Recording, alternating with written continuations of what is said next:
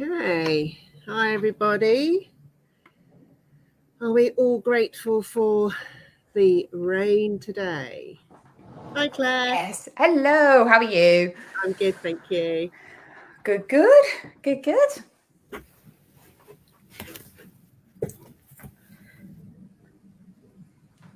Hi.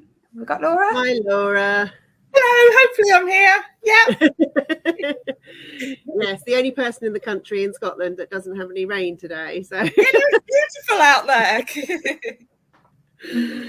fabulous. Okie dokie. So we're just waiting for a few people to join us. So just give it a minute or two. I think just to see if we get some people joining.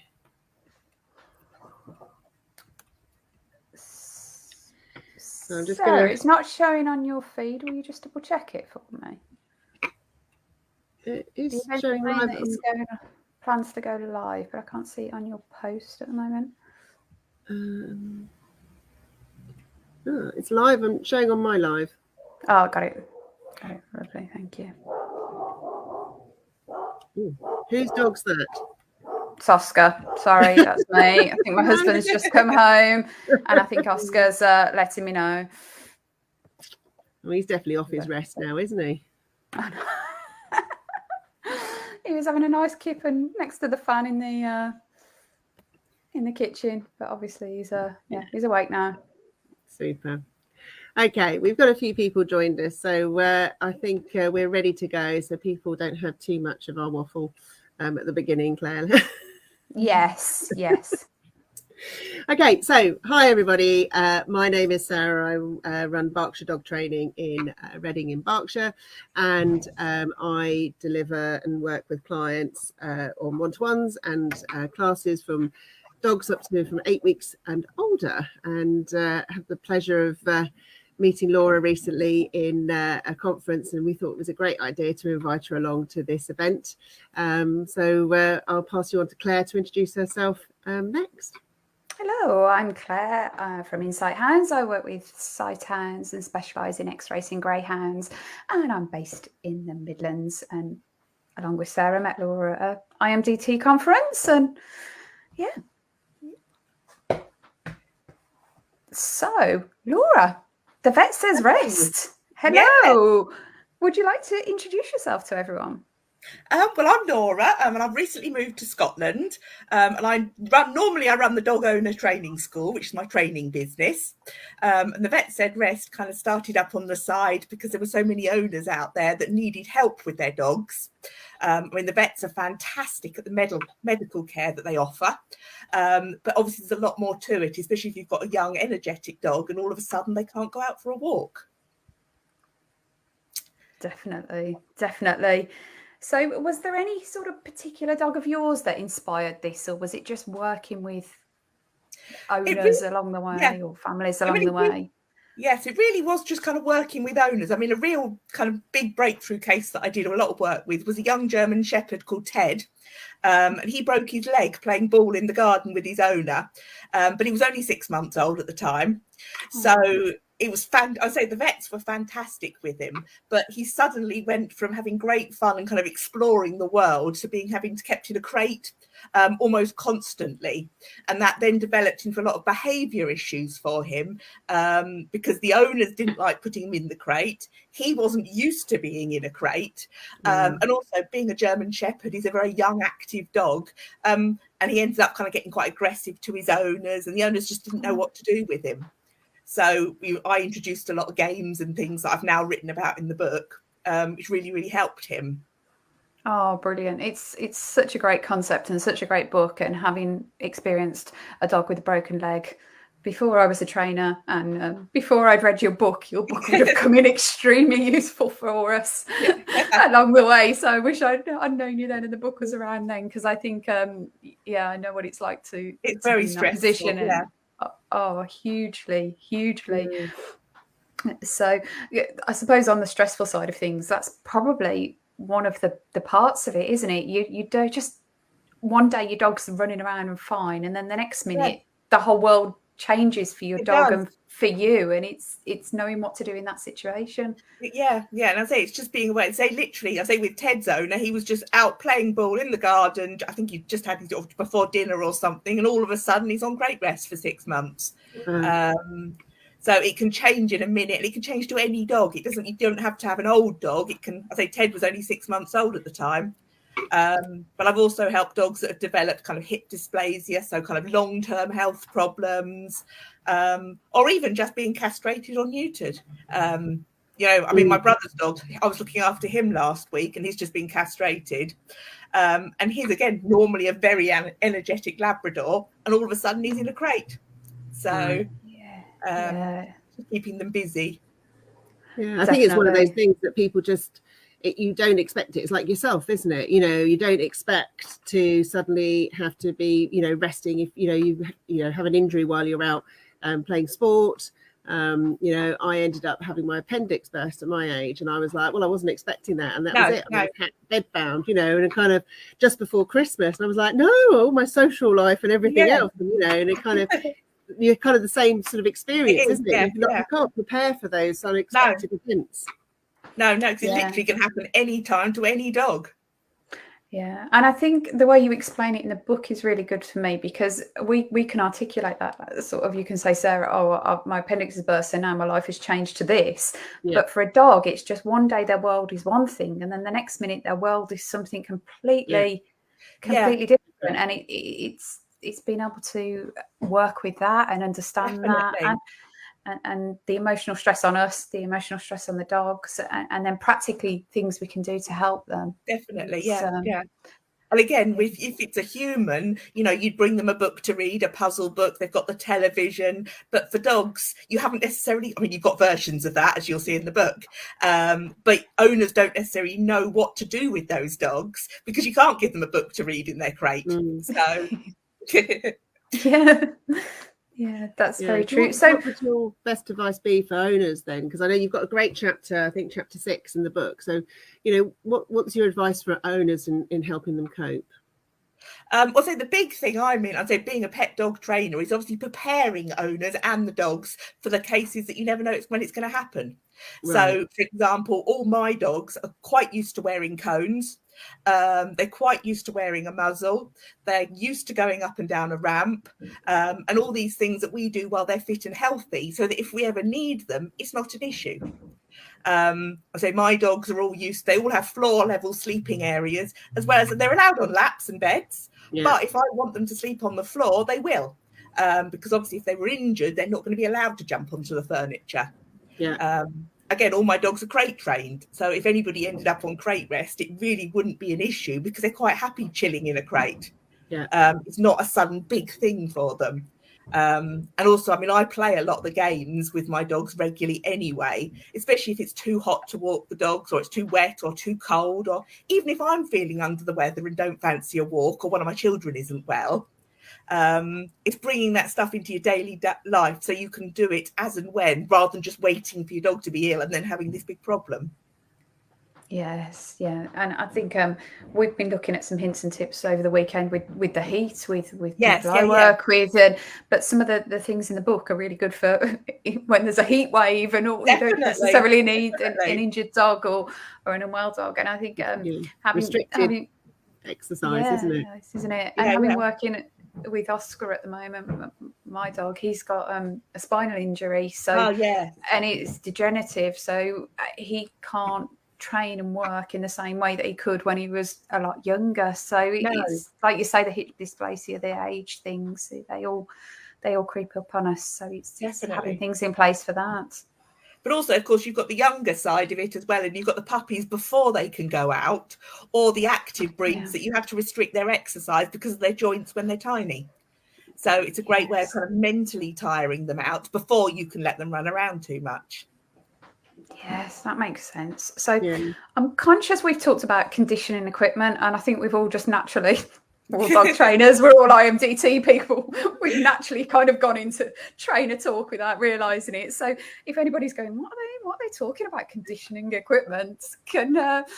you like to explain, Laura? Sure. Conditioning equipment means? So it's introducing the equipment in a very kind of slow and positive manner. And I always like to do this before the dog actually has to wear it.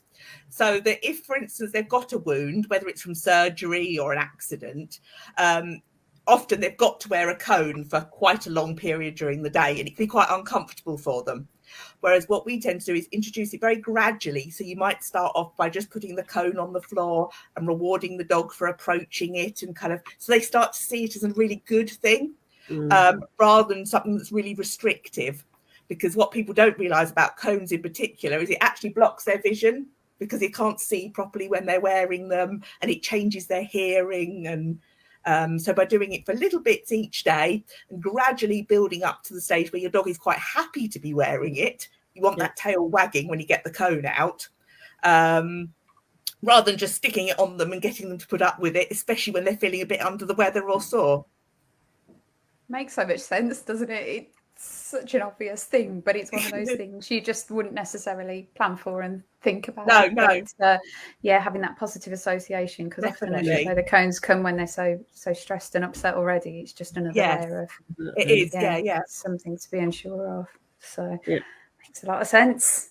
Lovely. And I think it's always important just to make sure that we remember to put the stuff on the ground, because then it can't be moved. That's the reason we do it, so they can choose to actually go towards it and things like that, and then build up gradually. It's really important. I do a lot of that with my classes. And the other thing that's very subtly different to that is it's rewarding the dog when they approach the cone, then the reward comes, rather than kind of almost getting them to have to interact with the equipment. 100%. Some dogs find that quite scary. Yes. Yeah, 100%. So it's all so for people watching it, it'd be if your dog takes a step towards the cone, that's what we're rewarding initially. Drawing the cone or going near it, rather than we go up to them with a cone and go, here's a treat, here's a cone, go on. Definitely. And doing it at your own dog's pace, because all dogs kind of accept things differently. Definitely. And I've through my generation of dogs, I've in all sizes, I have about 4 or 5 cones and like the inflatable. So anyone wants to borrow one to do some conditioning, please get in touch. Well, if you're in Scotland, I've got the full set as well. So I've got all colours. Amazing what colours you can get of them, actually.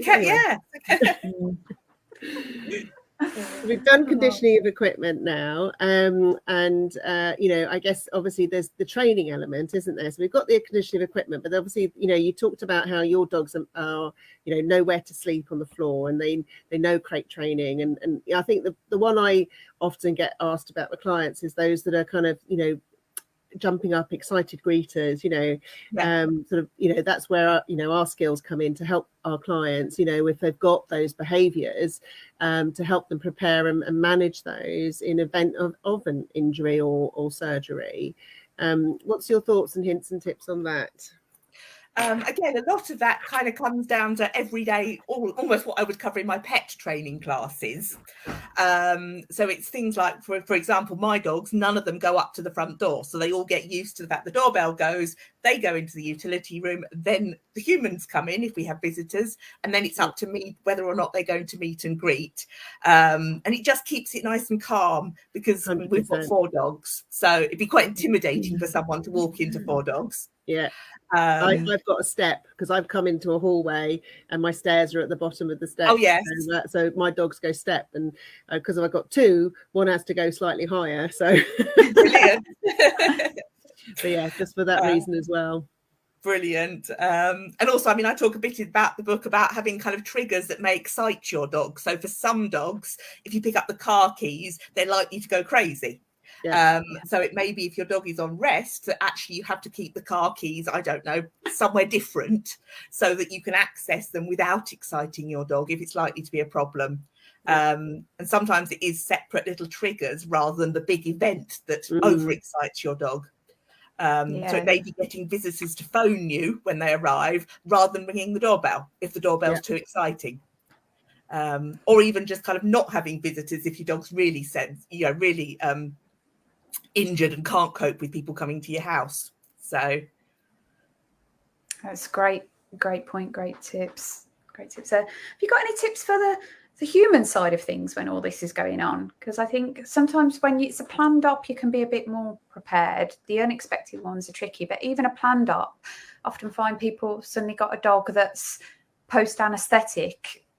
They're a very different character to the one that you took to the vets in the morning, and that can be quite challenging emotionally for us, because we're going, oh, our dog's just not acting like our dog. Yes, I mean, the big thing I always say is if you can, get kind of a friend or family member on board to support you as much as anything. So if you need someone to either you to phone up and just have a talk to, someone that really understands dogs, but also if you can get somebody on board that, you know, if you've got to pop out, go to the shops, pick the children up from school, you can get someone to come in and sit with your dog if necessary. You may have a friend or family member that's quite happy to do that, and just keep an eye on things. If kind of, and be there to support you, really. It's great. And of course, the other thing I should add is I'm always there to support as well. So if you haven't got anybody, obviously I'm not local to help, but I'm more than happy to talk to people on the phone, or if I've got the Facebook support group, and it's all about just connecting with people that understand. Because I'll say we're all dog crazy, but for some people, they are just a dog and they don't understand how emotionally connected we get to them. Yeah, that's a great point. And I think, Sarah, you're going to pop a link to the Facebook support group. Yeah, if you just bear with me, I'm just going to share my screen so that Laura can just talk you through the... Oh, where's that gone? There we go. Right. So this is the... So Laura, this is the group resource that you said people can join, isn't that correct? Yep. It's completely free to join, and it's just a way of connecting with other people in the same boat as yourself. Whether you need help with your dog, kind of asking questions, I'm on there. I've got some other trainers and friends on there as well that can help and support, that know what they're talking about. I've got various vet nurses and all sorts are on there. I say we don't offer any medical advice. So that's really important to say, because that is totally down to your individual vet that's helping your dog. Mm-hmm. But we're there to help you with all the stuff at home and kind of managing them, and whether it's getting in and out the car or any help that you need, emotion side of it, we're on there with the support group. And I think it's completely free to join. So fabulous. Okay, so I'll put that in the link in a moment. Then the other one, there's another Facebook group that you've got as well, isn't there? So just bear with while I find that one. I feel like a Blue Peter presenter at the moment. Here's what I found earlier. Exactly. All I need is the sticky. You did a great job, Sarah. And on there. So, okay, let me just close that down. Right, there we go. So, Laura, you've also got a mailing list, haven't you, that people can sign up to? A little We have, yes. So I've got a mailing list, and I've got what I call 21 days of relaxed on rest. So that's a little activity that you get sent to you by email every day, which I say, although is designed for the dog on rest, of course, I say it's ideal for this heat wave. And it's just having all these things kind of ready. So anytime it may be that you're not feeling very well and you just want something to do with your dog to tire them out without leaving the house. So you've got pretty one of ideas there. And I think there's a link on that page there. There'll be a link. Oh, there it is to the website. If you just yes, it's all on the website. Yeah, there's the website and the links on there to the website. Yeah. So lovely. Perfect. Thank you very much. I will stop being my Blue Peter presenter. Thank you, sir. So we've talked a bit about kind of the emotional side of things. We've talked a bit about conditioning equipment. And also that this can happen to anyone at any time. So we find ourselves in this situation. What can we do then, Laura? I was going to say the first thing is obviously adapting your house to make it all as easy as possible for your dog. So it may well be, if you've got a dog that sleeps on the sofa, that you actually need to put them in a room without a sofa, or maybe confine them to the kitchen so that you're catering for their everyday needs, so they're not jumping around. Then it's having lots of activities to keep them busy. So I've got kind of 3 main different types of activities that I encourage people to do. So you've got the tricks side of it, and a lot of those are really useful. So it's things like teaching a nose touch, and that's where you teach your dogs to touch their nose onto your hand. So you can teach something like that while your dog's lying down or whatever position they're comfortable in. But actually, it could also be really useful to slowly guide your dog if you need to get them out to the garden for a wee, or you need them to stand still in the vets for their examination. And I've got a number of very similar tricks like that in the book that have got other uses, but it's mentally tiring to teach them to your dog. And then also I've got a big section on the book about the 5 senses. So it's all about enriching the environment. And as we were saying earlier, if you had a person ill in bed, you might bring them a book, turn the television on for them, bring them some grapes or chocolates to eat. And it's all about kind of enriching those 5 senses. And this is a version of doing the same thing for your dog. But without the chocolate and grapes. But without the chocolate and grapes. Without the toxic stuff, yeah, definitely. Oh, that's great. That's great. So what would be your top? So that hand touch, I think, just going back to that, that is one of my favourite exercises. I love hand touch. I love that at class, and I think it's got so many uses. I was working with someone the other day, and they've been using it because their dog's been having physiotherapy, and they're using it to keep the dog occupied while the laser treatment part of the physiotherapy was going on. But so with the 5 senses, I really like this section on the book, and enrichment. Sarah and I are big fans of enrichment. I think most of us are, aren't we, in the dog training world? Definitely, it's such a great thing. But have you got a top tip for each sense? One of the I mean, a lot of it, I always say, is kind of thinking about, because when your dog goes out for a walk, they're walking on different surfaces. They can hear things, they can see things, they can smell things. So often it's all about bringing that outside in for your dog. So I've got like a big plastic paddling pool for children, like one of the shell things. They're quite easily available. So if I've got working with the dog on rest, we might put some leaves in the paddling pool that we've collected from the woods, so they'll naturally have the scent of kind of rabbits and birds and things on. We might put some different treats in there, so they've got different things to taste. Obviously, all dog safe, and make sure that it's suitable for your dog. Yeah. You can get things like dog television on YouTube. Did you know that? No. That's a new one on me. I'm going to be Googling that when we're off. Google dog television. And it's actually really good because it's got things like birds and squirrels and rabbits moving around. And again, I was working with a painter that broke one of his toes, and he was really into the dog television side of it.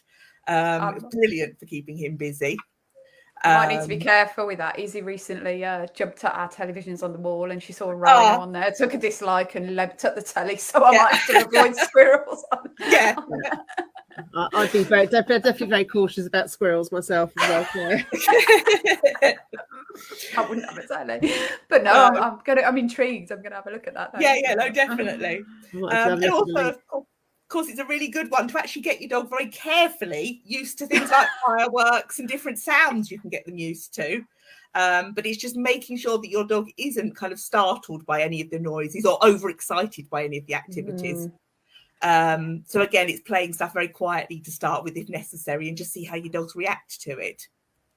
Oh, that's great. I love the idea of bringing the outside in. I wouldn't have considered that. I wouldn't have thought to go and collect leaves. And I'm a big advocate of sniffy walks and taking them to the long grass and the trees. And that's something I often talk about, and I think it's great. But I wouldn't have considered bringing it in. I think that's such a good idea. It's, brilliant. And I mean, the other thing, of course, with the dog on rest is even giving them different surfaces. So something that I really noticed in the hot weather here is one of my cats has taken to sleeping in the shower tray. And it's because it's plastic and it's cool. Whereas a lot of dogs only have carpet in their house. So we sometimes, when we're working with them, we might put down a damp towel on the floor, or we might put down an old doormat, and it's, again, your dog can choose where they're comfortable lying. And it's just being imaginative with it. Yeah, and even just with blankets, you can get so many textures, can't you? You can get like the fluffy ones, the fleece ones, the more traditional ones. Yeah, there's so much out there compared to a normal duvet cover. They've all got different textures going on, haven't they? And then again, with the sense of touch, it's giving your dog a bit of a massage, get your grooming brushes out, because if they are wearing a collar, they probably can't brush themselves or groom themselves. So it's thinking about, when they've got their collar on, where can't they reach? Because obviously you don't want them to reach their wound. So it may well be using, just I say, very gently, and obviously making sure your dog's happy to be handled anyway. but just introduce a bit of kind of grooming for your dog if they can't do it themselves. Yeah. Yeah, that makes a lot of sense. Makes a lot of sense. Really, really good tips. Lovely. Thank you. And I think scent, you can do so much with scent as well, can't you you? can, I think yes. that what dogs know about scent to what we can comprehend is huge. It's amazing. Mm. Yes, yeah, no, it's amazing scent work. And I mean, you could do simple things just by bringing bits in for your dog. I mean, herbs are quite good. A lot of dogs like the kind of smell and taste of different herbs. Or you can go one step further and actually do scent work with them, which again, you can teach the very basics while they're lying down or whatever position they're comfortable in, so they don't have to do any movement. But then you can take it further if you've got a dog that ends up with kind of long-term injuries. So say you've got your dog that you were planning on doing agility with and they've got hip problems. You could then go on and actually even compete in scent work with them because it's all very low impact. But it still gives you and them the challenge of working together. So it's great. And any dog can do scent work. Yeah, I absolutely love scent work. And again, with Oscar, with his injury, we do a lot of scent work out in the garden, out and about. And he's got scented mice. Brilliant. Scented toy mice that he goes out and finds, and he's got such a sense of achievement about him. Whereas definitely. I can't do recall or anything fast with him, but he goes pottering around the garden to find his little toys and bring them to me, and you can just see him so satisfied and happy, and then he's off back to sleep again. But even with restricted movement, I've also just I've just had a thought actually, guys. You know what Steve Mann's favourite hobby is the rucksack walk. Yes.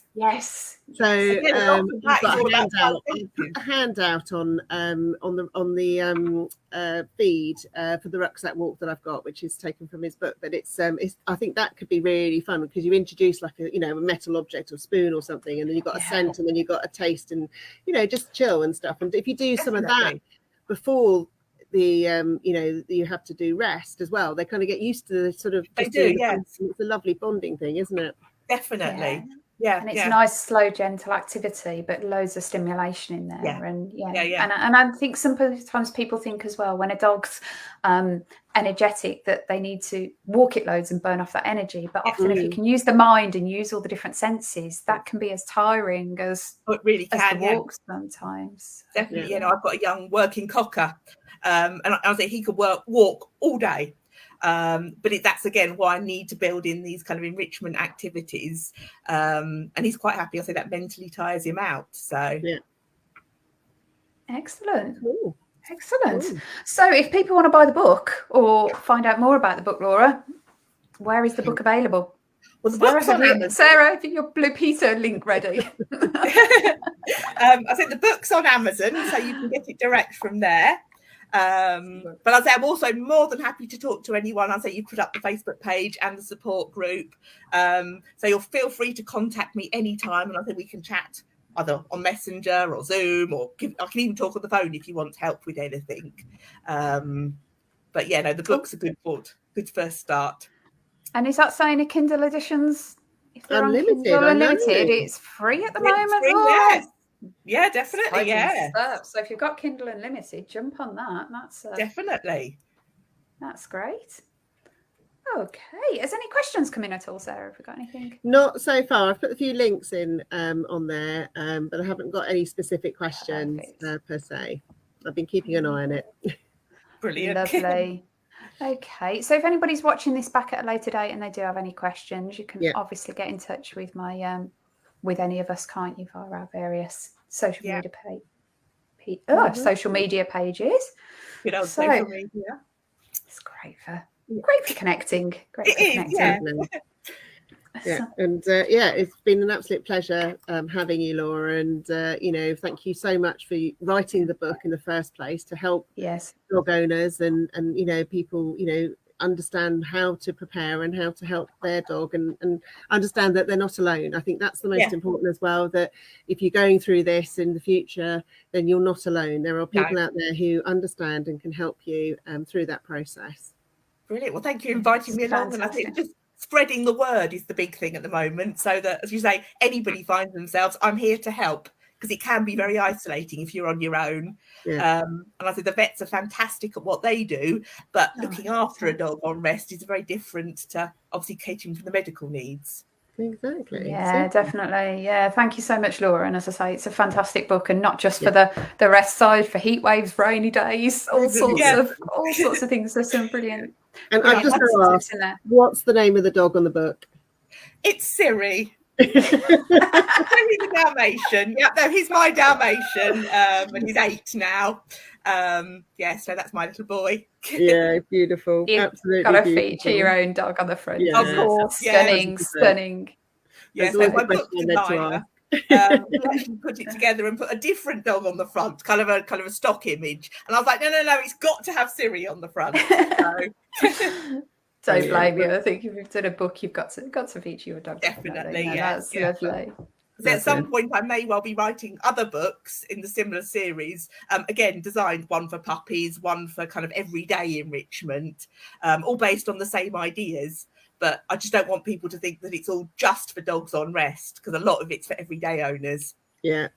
Well, if Steve Mann can do it, Laura, and he's got how many books translated around the world? And yeah, I know, it's amazing. Breed specifics for cockapoos and French bulldogs and old Labrador retrievers. So, the world's your oyster. Definitely. And please come back and talk to us when you get the next one in the series out. I certainly will. Yes. Definitely. Brilliant. Well, look, lovely to see you. Enjoy the rest of your Sunday, everyone. And thank you for your time, Laura. Thank you. No problem. Lovely to meet you. Take care, guys. Bye. Bye. Bye.